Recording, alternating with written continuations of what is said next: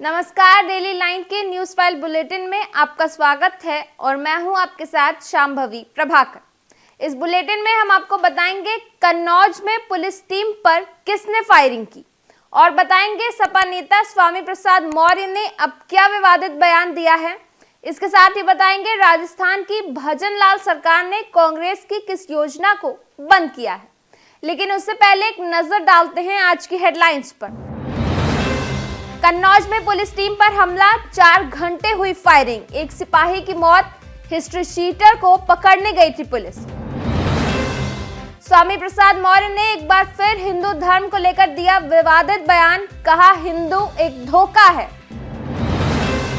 राजस्थान की भजन लाल सरकार ने बंद की कांग्रेस की योजना, राजीव गांधी युवा मित्र इंटर्नशिप योजना बंद, 50,000 युवाओं का रोजगार होगा प्रभावित।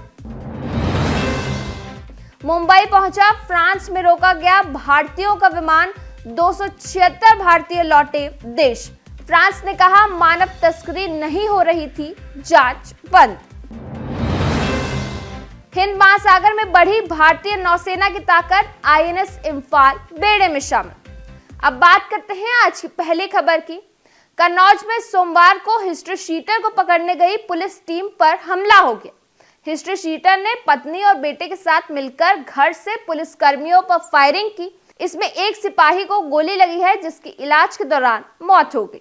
ये घटना विष्णुगढ़ थाना के धरनी धीरपुर नगरिया गांव की है। यहां टीम पर हमले के बाद पुलिस ने चारों तरफ से हिस्ट्री शीटर मुन्ना यादव के घर को घेर लिया। शाम 4 बजे से 8 बजे तक यानी 4 घंटे तक मुठभेड़ चली। दोनों पक्षों में 40 राउंड फायरिंग हुई। बाद में पुलिस कर्मियों ने हिस्ट्री शीटर और उसके बेटे को दौड़ाकर गोली मारी, फिर दोनों को पकड़ लिया। पुलिस कर्मियों ने घायल सिपाही सचिन राठी को छिबरा मोह के सरकारी अस्पताल में भर्ती कराया। डॉक्टरों ने सचिन की हालत गंभीर होने पर कानपुर रेफर किया, लेकिन देर रात सिपाही सचिन की इलाज के दौरान मौत हो गई। सचिन की फरवरी में ही शादी होनी थी। अब बात करते हैं आज की दूसरी खबर की। दिल्ली में सपा नेता स्वामी प्रसाद मौर्य ने एक बार फिर हिंदू धर्म को लेकर आपत्तिजनक टिप्पणी की है। उन्होंने कहा कि हिंदू एक धोखा है। वैसे भी साल 1995 में माननीय सर्वोच्च न्यायालय ने अपने आदेश में कहा था कि हिंदू कोई धर्म नहीं, जीवन जीने की शैली है। मौर्य ने आगे कहा कि यही नहीं, जो सबसे बड़े धर्म के ठेकेदार बनते हैं। आरएसएस प्रमुख मोहन भागवत ने भी एक नहीं 2 बार कहा कि हिंदू धर्म नाम का कोई धर्म नहीं है, बल्कि जीवन जीने की एक कला है। पीएम मोदी ने भी कहा है कि हिंदू धर्म कोई धर्म नहीं है। जब ये लोग ऐसे बयान देते हैं तो भावनाएं आहत नहीं होती, लेकिन अगर यही बात स्वामी प्रसाद मौर्य कहते हैं तो पूरे देश में भूचाल मच जाता है। स्वामी ने आगे कहा कि जिसे हम हिंदू धर्म कहते हैं वो कुछ लोगों के लिए धंधा है। जब हम कहते हैं कि ये कुछ लोगों के लिए धंधा है तो पूरे देश में भूचाल मच जाता है। अब बात करते हैं अगली खबर की। राजस्थान की भजन लाल सरकार ने कांग्रेस राज की पहली योजना को बंद कर दिया है। बीजेपी सरकार बनने के बाद 25 दिसंबर को पहली बार कांग्रेस राज की योजना को बंद करने की शुरुआत की है। कांग्रेस की राजीव गांधी युवा मित्र इंटर्नशिप योजना को सरकार ने 31 दिसंबर से बंद करने के आदेश जारी कर दिए। यह योजना साल 2021-22 में शुरू की गई थी। इस योजना को बंद करने के फैसले से 50,000 युवाओं का रोजगार प्रभावित होगा। वहीं इसके साथ ही राजस्थान की नई सरकार ने पूर्व मुख्यमंत्री अशोक गहलोत के ओएसडी के रूप में कार्य करने वाले 2 अधिकारियों को हटा दिया है। जानकारी के मुताबिक राजस्थान प्रशासनिक सेवा के दोनों अधिकारियों देवाराम सैनी और महिपाल कमार को अगले निर्देश तक पोस्टिंग ऑर्डर की प्रतीक्षा में रखा गया है। देवाराम सैनी अशोक गहलोत सरकार में शीर्षस्थ अधिकारियों में से थे।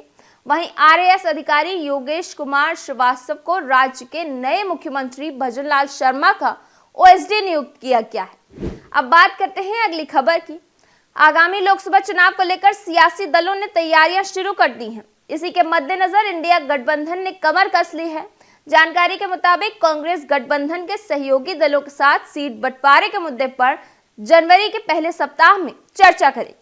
इससे पहले कांग्रेस की राष्ट्रीय गठबंधन समिति राज्य के नेताओं के साथ बातचीत करेगी। जानकारी के मुताबिक राज्य के नेताओं के साथ बैठकों का यह दौर 29 दिसंबर से शुरू होगा और इसके बाद जनवरी के पहले सप्ताह में सहयोगी दलों के साथ बातचीत शुरू होगी। अब बात करते हैं अगली खबर की।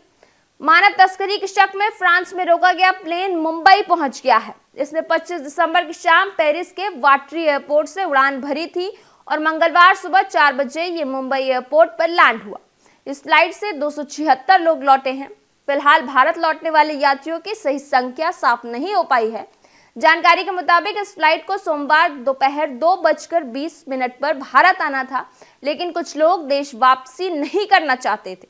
इस वजह से फ्लाइट के उड़ान भरने में देरी हो गई। इन लोगों ने फ्रांस में ही शरण देने की मांग की थी।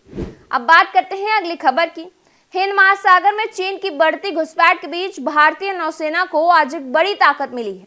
अपनी समुद्री क्षमता को बढ़ावा देने के लिए आईएनएस इम्फाल आज यानी 26 दिसंबर को कमीशन हो गया है।